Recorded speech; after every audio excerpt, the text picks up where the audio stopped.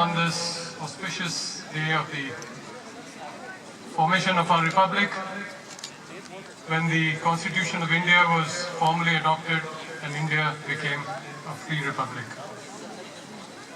It's a great day in our history, and we need to celebrate such days to remind us of the sacrifices that have gone before to give us the kind of life that we have today.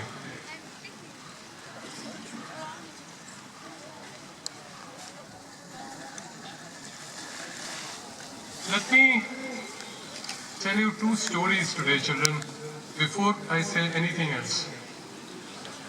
Because today, more than anything else, is a day of remembrance of past deeds by our forefathers,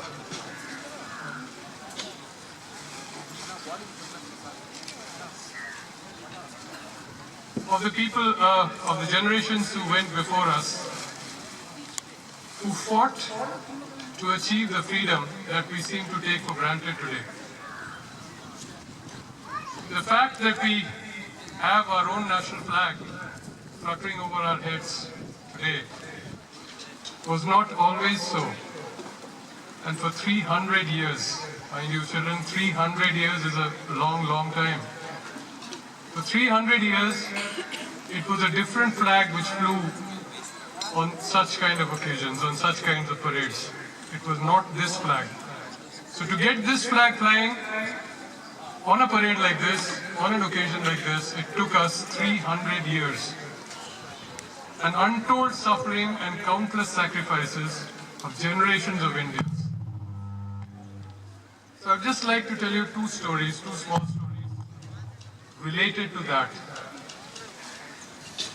Because to my mind, the biggest thing that we can have as Indians is a pride for our country and a love and an undying love for the country and respect that enables us to give up even our lives when called for.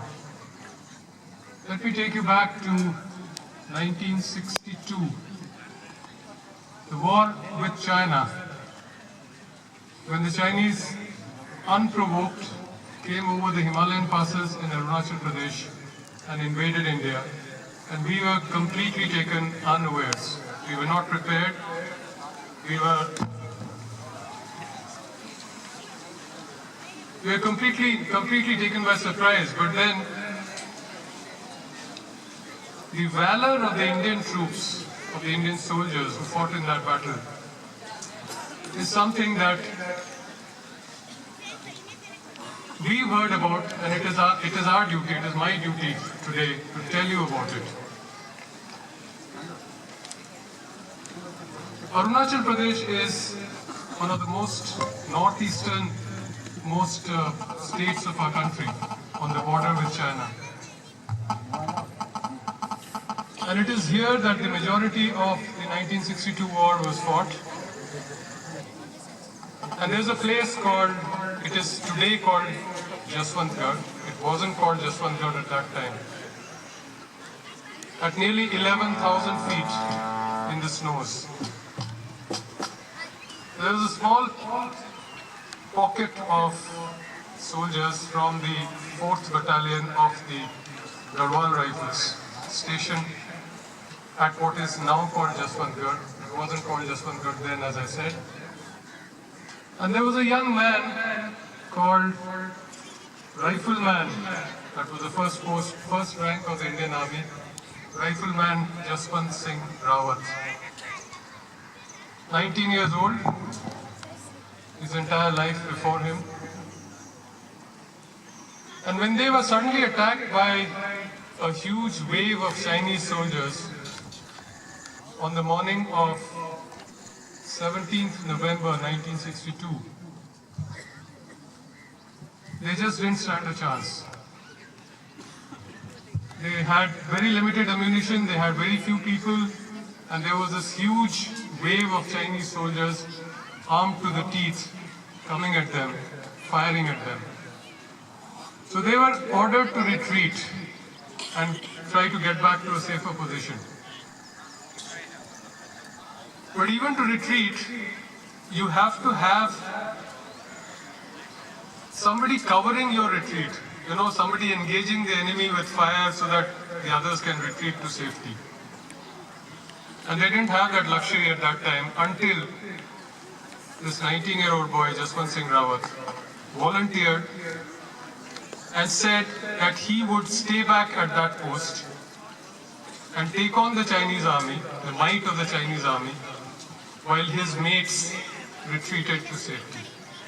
Mind you, this was a 19-year-old boy with his entire life in front of him, opting for, as you all understand, certain deaths. There was no way that he could come out of that place alive, but he volunteered for that. And what he did was that while the rest of his mates retreated to safety, he set up guns at various points around his post, at strategic points. He rigged up some ropes with the triggers and threw some grenades at the advancing Chinese army, pulled the triggers of various guns alternately, and created an impression that there was a large body of troops at that post. And so the Chinese army, instead of just coming forward and overrunning the post, what they did was they fell back and they waited till they thought that they would try and gain an advantage and then advance. So that gave the retreating troops of the 4 Garhwal Rifles Battalion the time and the opportunity to get back to safety.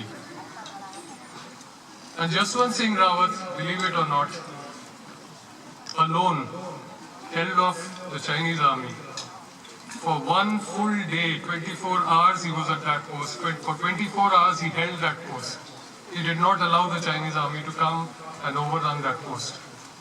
Ultimately, the Chinese soldiers realized that there was only one man. When his ammunition ran out, when he finished his ammunition, when he finished all his grenades, they realized that there was only one man. And they came forward and killed him. But by then, the rest of that battalion was in a safe place. And they lived to fight another day, and they actually held off the Chinese army in later battles. Which is why, after a certain number of days, the Chinese army retreated back to China, and our country was saved from the humiliation of being taken over by a foreign country once again. And all of this was basically one man's valor, one man's sacrifice, who took on certain death for himself so that the rest of his country could live freely in a free India. So for that act of valor, Jaswant Singh Rawat was awarded the Mahavir Chakra, the MVC, posthumously. Posthumously means an honor which is granted to you after death. But funnily enough, the Indian Army refuses to believe that Jaswant Singh Rawat is dead. They still consider him to be a living soldier. They named that place where the battle took place as Fort Jaswantgarh. And there is a permanent detachment of around 6 or 7 Garhwal Rifles soldiers who are permanently stationed there.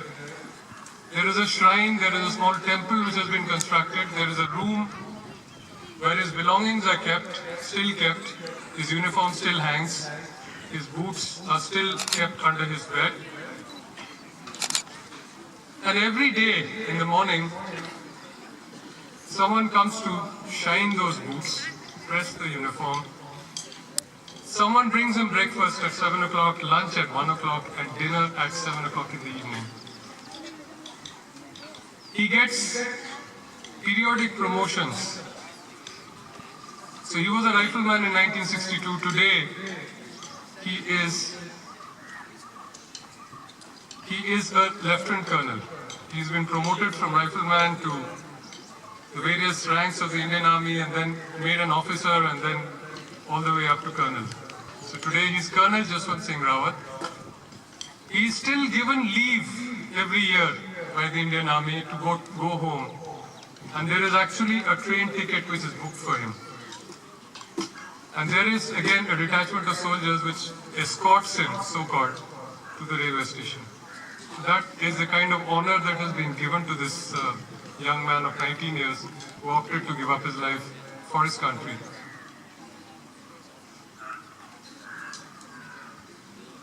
So that's just one story that I had for you. Let me tell you another one, a small one. This was one from the Army, and let me tell you one from my own organization, which is the Indian Air Force. Again, a 25-year-old young man just